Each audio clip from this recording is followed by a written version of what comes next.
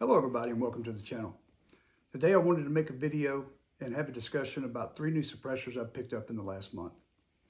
Before we get started on that, I would like to give a real quick update on the channel. I've been absent for the last several weeks.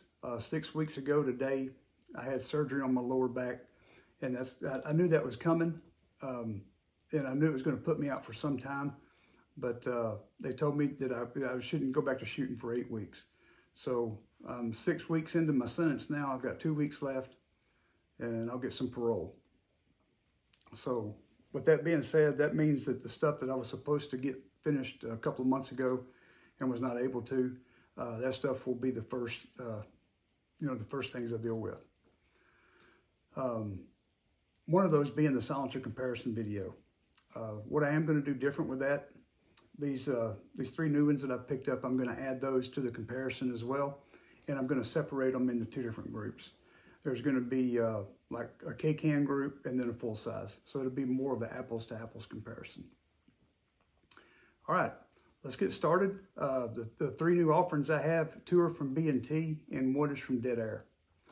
The 2 B&Ts are the B&T Print XH RBS line. It's their hybrid can, and I have the full size and I have the compact.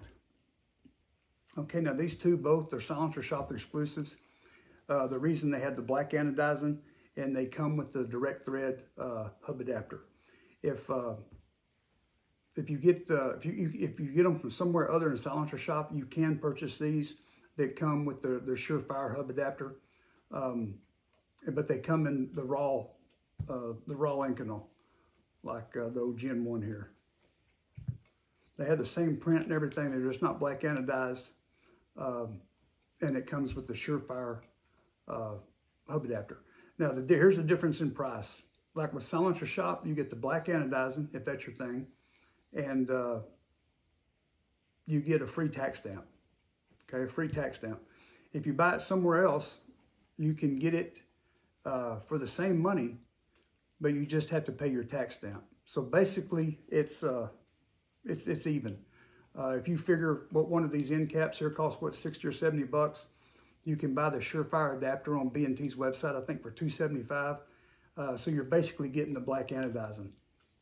And but if you use the Surefire, Surefire muzzle devices, well, then that would definitely be an option for you.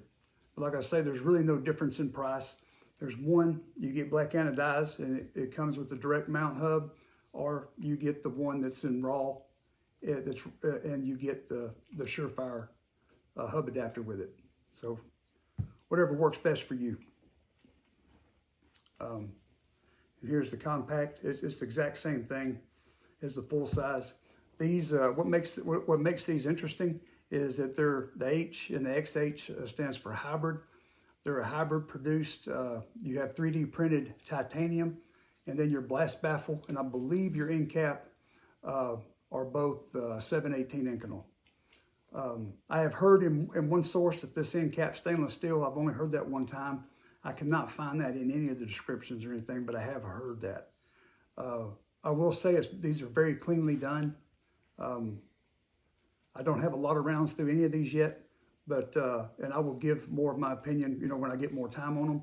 But I will say, first shots, and just looking at all these options, I'm impressed with all of them. Okay, and the compact model is the exact same thing as the full size. It's just shorter.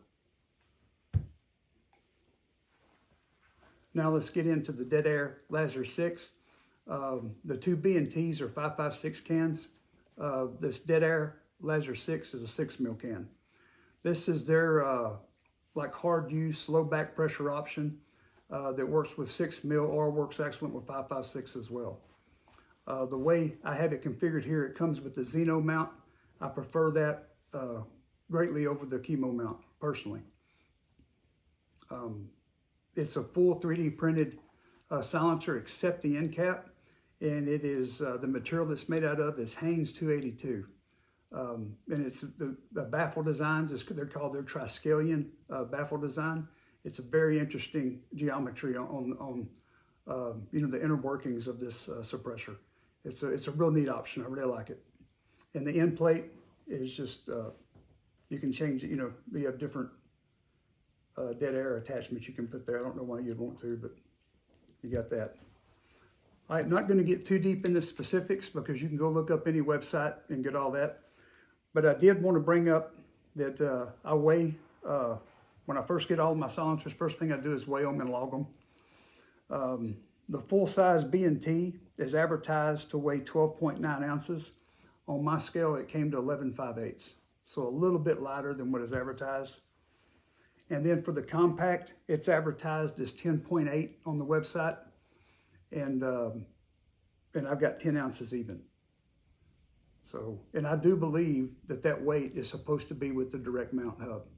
Maybe that's, you know, the thing that's different, but I figured it'd weigh more than that anyway. All right, the Dead Air Lazarus, it has an advertised weight with the Xeno mount at 16.05. On my scale, it came in exactly at 16 ounces, so very close. I don't know if I mentioned it earlier, but none of these, all these options are full auto rated, and none of them have any barrel length restrictions on them. Okay, with that out of the way, let's talk about what today's video is actually about, and that was about the back pressure on each one of these options. So, how I'm able to gauge back pressure is I use this upper. It's a 12.5-inch mid-length direct impingement upper, and it has a rifle speed gas block on it. So that gives me the ability to restrict or allow more gas into the system in more finite measurements. Okay, just so for the clarification of the test, how I performed it is on my settings, to give you an idea, setting 5 for this setup is unsuppressed shooting. So all the shooting I do unsuppressed is on setting 5. So what that means is when you turn it down to setting 4, you restrict the gas enough to where unsuppressed, there's not enough gas in the system to lock the bolt to the rear on an empty mag. So when you hear me say we found failure at 4, it's not failure in the terms of something broke or is not working. That's where we no longer had enough gas in the system to lock the bolt to the rear on an empty mag. Okay, so setting 5 is non-suppressed. So level 4 is where we get we find failure on the unsuppressed shooting to fail to get bolt locked to the rear on an empty magazine. Okay, on the other extreme, just to give you an idea, the gassiest can I shoot on this is Otter Creek Polonium K. That is at a setting 1. So I actually shoot it on setting 2. You turn it down to setting 1, and then you find failure. You restrict the gas to a point to where there's not enough gas in the system to lock the bolt to the rear on an empty mag. Okay, so that's from one extreme to the next. So that kind of gives you an idea at where these rated to let you know how much back pressure they're reducing or not reducing. Right, that's the reason for the test. So I will say, and how I conduct the test is I make sure I load up 3 1-round mags and 1 3-round mag, and I go through all of those to make sure it does not lock to the rear on any of them. So I'll shoot 1 round, get failure, do another, get failure, do another, get failure, and then fire 3 rounds consecutively and make sure that it does not lock to the rear on those. And then when I go through that procedure, that's when I declare it being at its failure point. Okay, so I will just go ahead and say all 3 of these options did excellent. They all do a good job at reducing back pressure on the host. Both of the B&Ts, I will say, is a huge improvement from the Gen 1. I really like this silencer, but I mean, if you look at what they're producing here compared to this one, just looking at all aspects of it, this is by far, in my opinion, a superior product. And like on this Gen 1, it does reduce back pressure onto the system, but it doesn't do a very good job at it. Like for instance, it finds failure on setting 2.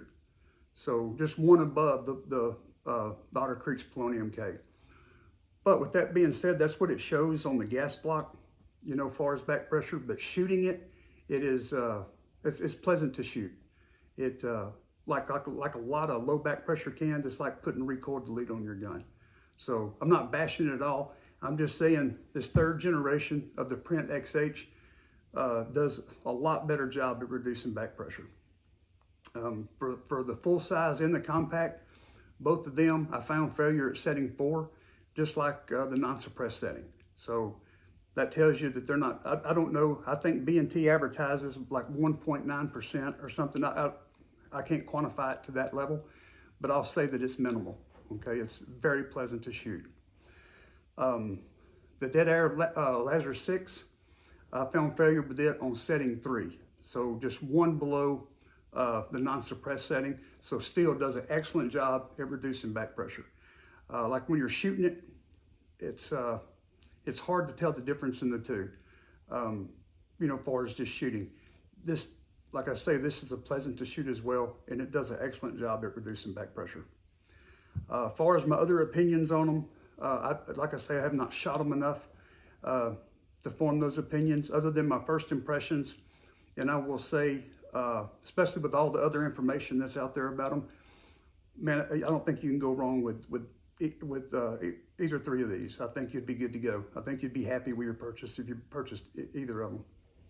Now, I would like to say something about the B&T cans, these new Print XH RBSs. You hear some people that will make statements like 0 flash, no sparking, and this and that. Well, that has not been my experience. Now, I will say, when I looked into them, when I inspected them when they were new, they obviously had a lot of dust in them from the manufacturing process. So I knew the first shots, they were going to spark pretty good, and they did. But I'm happy to report that after just the first 8 rounds I fired through it, the second 8 was much, much less sparking. And then they're continuing on rounds after that. The full size option on the 12.5 inch, me as a shooter, I got to where I didn't notice any sparking now. May have seen it if I was videoing, but I'm talking about just this perspective as a shooter. And then with the compact version, there were a few, but they were sporadic. Most of the time on the first round, and then like if you were firing consecutive rounds, like 3 or 4 or 5, there may be just a little spark in there somewhere. But B&T also advertises that this is going to be at home on any barrel length you want to put it on, but it's going to do its optimal work on like a 14.5 inch gun, and that makes sense. So like this on a 13.9, 14.5, or 16, and put this like on your 10.8, 11.5 or 12.5. All right, folks, that's all we have today. Real quick though, something I have coming, I ought to be getting at this next week, is I've got my hands, or getting my hands on one of Sonic's new rails. They partnered up with Icon Defense. If you don't know who that is, it's the same people that helps Sons of Liberty Gunworks in the development of their M89 rail, which it is a hoss. And I'm excited to get this new Sonic's option. As soon as I get it, we'll definitely do a video on it. And it only makes sense for me to put it on the 14.8 Sonic's barreled upper. No longer going to be a budget option at that point, but I do think this is going to be an excellent rail. All right, again, anything you need, reach out to me. Appreciate you watching. We'll see you next time.